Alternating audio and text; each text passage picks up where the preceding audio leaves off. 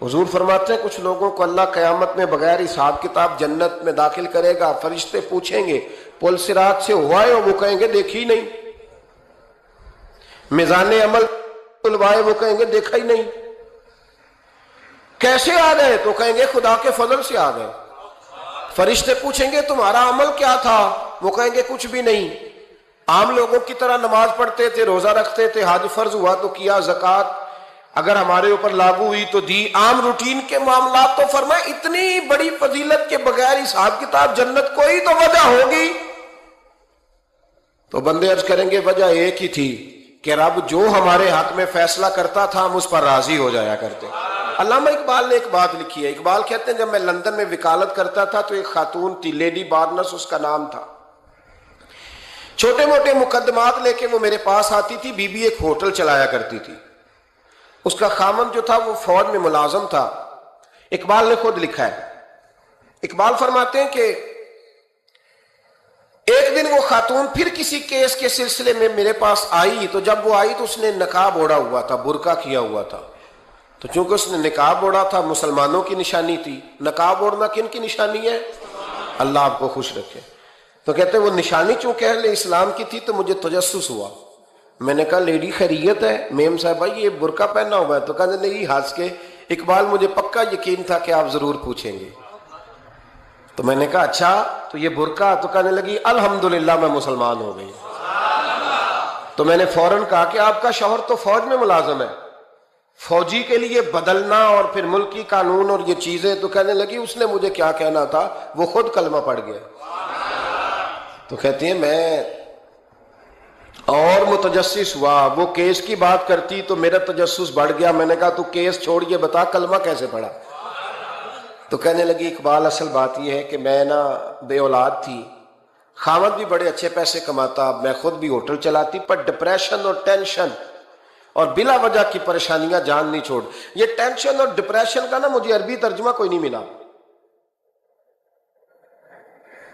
یہ ڈپریشن اور ٹینشن کا نا میں نے تلاش کیا ہے، لیکن مجھے عربی لغت کے اندر ان کے معنی مجھے لگتا ہے کہ اس زمانے میں یہ چیزیں تھی ہی نہیں، ہوتی تو ان کا کوئی نام بھی، یہ آج ہے نا تو اس لیے آج کے زمانے میں ہی نام ہے، مفت کا، مفت کی پریشانی۔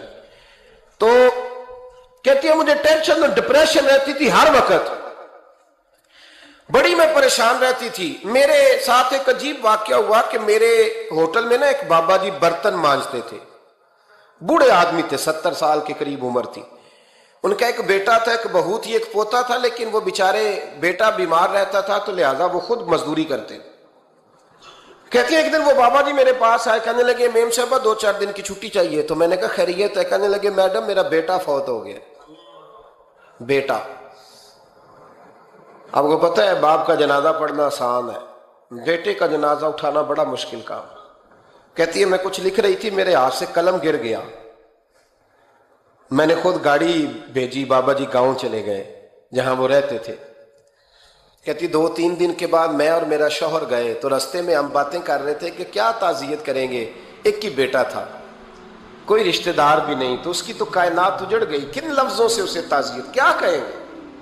کہتے جب ہم گئے تو وہ ٹوٹی ہوئی چٹائی پہ بیٹھا تھا، کچھ لوگ قریب تھے، ہم نے جا کے کہا بابا آپ مسلمان ہیں، ہم آپ کو کیا نصیحت کریں، ایک ہی بیٹا تھا، کہ کس طرح کر کے ہم آپ کو تسلی دیں؟ تو کہتے ہیں اس نے آنکھیں کھولی، بوڑھی آنکھوں میں ایمان کی روشنی، کہنے لگا بی بی کیا تعزیت کی بات کرتی ہو، میں نے کوئی پیسے جمع کرا کے بیٹا لیا تھا، خدا نے فضل سے دیا تھا، عدل سے لے گیا ہے، میں اپنے رب کے فیصلے میں بڑا راضی ہوں، اللہ بڑا کریم ہے، وہ لے گیا، اس کا مال تھا۔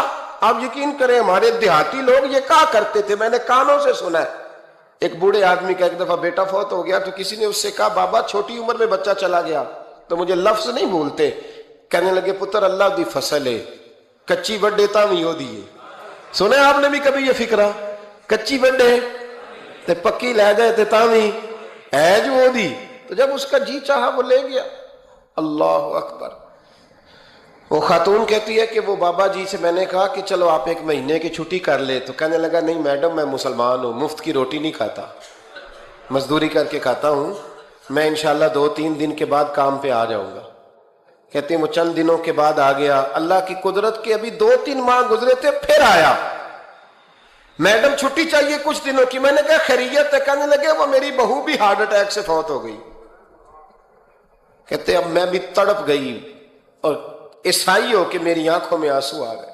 میں نے کہا گھر کا دروازہ بند ہو گیا، اب یہ بیچارہ کیا کرے گا؟ وہ اپنے شوہر کے غم میں ہارٹ اٹیک سے فوت ہو گئی۔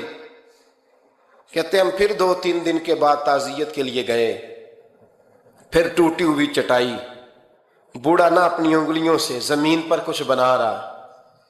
کہتی ہے قریب گئی اور میں نے جا کے کہا بابا اب تو تسلی آپ نے خود ہی کرنی ہے، جو نظام تھا وہ تو ہو گیا۔ تو کہتے ہیں پھر اس نے آنکھیں کھولی، آسمان کی طرف دیکھا تو کہنے لگا بیٹی کوئی پریشانی نہیں، میرا بیٹا بغیر شادی کے بھی تو فوت ہو ہی سکتا تھا نا، بس میرے مالک نے جب چاہا جیسے چاہ ہوا، میں انشاءاللہ 2-4 دن کے بعد کام پہ آؤں گا، یہ میرا 3-4-5 سال کا پوتا ہے، ابھی اسکول داخل ہوا ہے، میں ساتھ لے آؤں گا، وہاں میرے ساتھ اوپر کوارٹر میں جہاں میں رہتا ہوں یہ بھی رہے گا۔ کہتی ہے میں سختے میں آ گئی اس کی کیفیت دیکھ کے، وہ پوتے کو ساتھ لے آیا۔ کبھی کبھی میں دیکھتی چھت پہ کھڑے ہو کے کہ دادا گھوڑا بنا ہوا ہے اور پوتا سواری کر رہا ہے، وہ سویرے اٹھتا اس کو سکول چھوڑ کے آتا، شام کو لے کے آتا، پیار کرتا، محبت کرتا۔ تیسری منزل پر ہم نے کوارٹر دیا ہوا تھا، وہاں دادا پوتا رہتے۔ اللہ تو بڑا بے نیاز ہے۔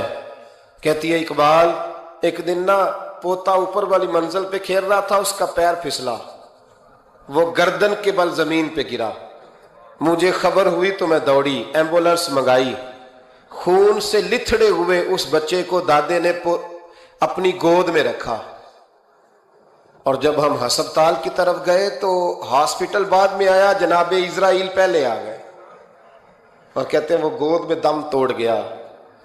پھر دادے نے اسے اپنے ہاتھوں سے غسل دیا، پھر اس نے اپنے بوڑھے ہاتھوں سے قبر کھودی اور پھر مٹی ڈال کے کہنے لگا اِنَّ لِلَّهِ وَإِنَّا إِلَيْهِ رَاجِعُونَ، جے سونا ہی میرے دکھ وچ راضی، جے سونا ہی میرے دکھ وچ راضی۔ پھر سکھ نو چلے ڈاواں، کہتے ہیں وہ مٹی ڈالی اس نے، اور جب وہ واپس پلٹا تو میں بازو سے تھام کے ہوٹل قریب لائی، اور میں نے اس کے قریب کہا کہ بابا تو ٹوٹ گیا ہے، تو بکھر گیا ہے، مجھے محسوس ہوتا ہے کہ اب نہ تیری راتیں اور تیری صبحیں اور تیری شامیں غموں میں گزریں گی۔ تو کہتے ہیں یوں اس نے ہاتھ رکھے اور یوں آنسو چھٹک دیے، کہنے لگا میڈم کیوں میرے اندر کوئی عقیدہ نہیں، میں کوئی لوارث ہوں، میرا کوئی رب نہیں، میں کیوں پریشان رہوں گا، میں تو پکا ہوا پھل ہوں، تھوڑے دن گزریں گے قبر میں جاؤں گا، اور جب جنت میں جاؤں گا تو اللہ میری بیٹے سے بھی ملاقات کرائے گا، میرے پوتے سے بھی ملاقات کرائے گا، میرا رب ساری ملاقاتیں کرا دے گا، میں اپنے اللہ کی رضا پہ بڑا راضی ہوں۔ وہ خاتون کہتی ہے میرا اور میرے شوہر کا کلیجہ پھٹنے لگا۔ میں نے کہا بابا یہ جذبہ کہاں سے ملتا ہے، یہ سکون کہاں سے آتا ہے، یہ کیفیت کیسے ملتی ہے؟ مجھے کہنے لگا تو نے لینی ہے؟ میں نے کہا تو کہنے لگا تو بھی گنبد خضرا والے نبی کا کلمہ پڑھ جا، تو بھی رسول اللہ کا کلمہ پڑھ جا۔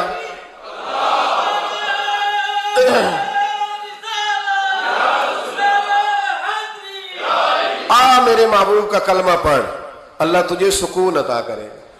ایک حدیث نہ پڑھ لوں مسلم شریف سے، بخاری سے ایک حدیث نہ پڑھ لوں تاکہ یہ بات مضبوط ہو جائے۔ حضرت ابو طلحہ رضی اللہ تعالی، بیٹا شدید بیمار ہے، مزدور آدمی تھے، کئی دنوں سے گھر تھے، بیوی کہنے لگی اگر آپ گھر میں بیٹھے رہیں گے تو کھائیں گے کہاں سے، جاؤ آپ مزدوری کرو، میں بیٹے کو دیکھتی ہوں۔ ابو طلحہ مزدوری کرنے چلے گئے، شام کو آئے تو بیٹا فوت ہو چکا تھا۔ عورتیں بے حوصلہ ہوتی ہیں نا اکثر، پر بیوی نے سفید کپڑا ڈال کے کمرے میں رکھ دیا۔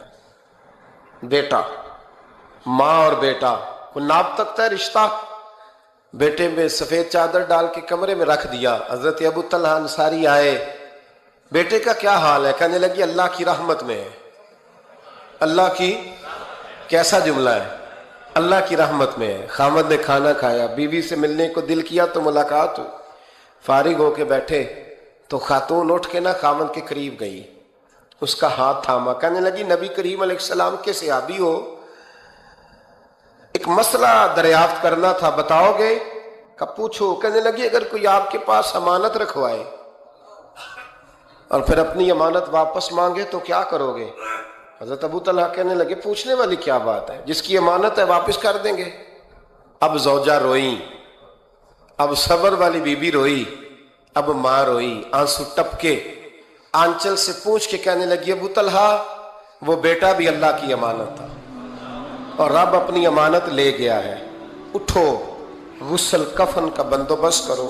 حضرت ابو طلحہ اٹھے، کامتے کامتے ہاتھوں سے غسل کفن دیا، مسجد نبوی میں پہنچے، محبوب کی بارگاہ میں عرض کیا تو رسول کریم فرمانے لگے تیرے اور تیری بیوی کے عمل سے اللہ بھی بڑا راضی ہے، اللہ کے رسول بھی بڑے راضی ہیں اور اللہ تجھے برکت عطا کرے گا۔ صحابہ کہتے ہیں پھر اللہ نے انہیں 9 بیٹے عطا فرمائے، پھر اللہ نے انہیں اللہ کی رضا پہ راضی رہنا سیکھو، اللہ کے قریب چلے جاؤ گے، اللہ کی رضا پہ۔ حضرت سفیان ثوری دعا مانگ رہے تھے، یا اللہ راضی ہو جا، یا اللہ راضی ہو جا، یا اللہ راضی ہو جا، دعا مانگ رہے تھے۔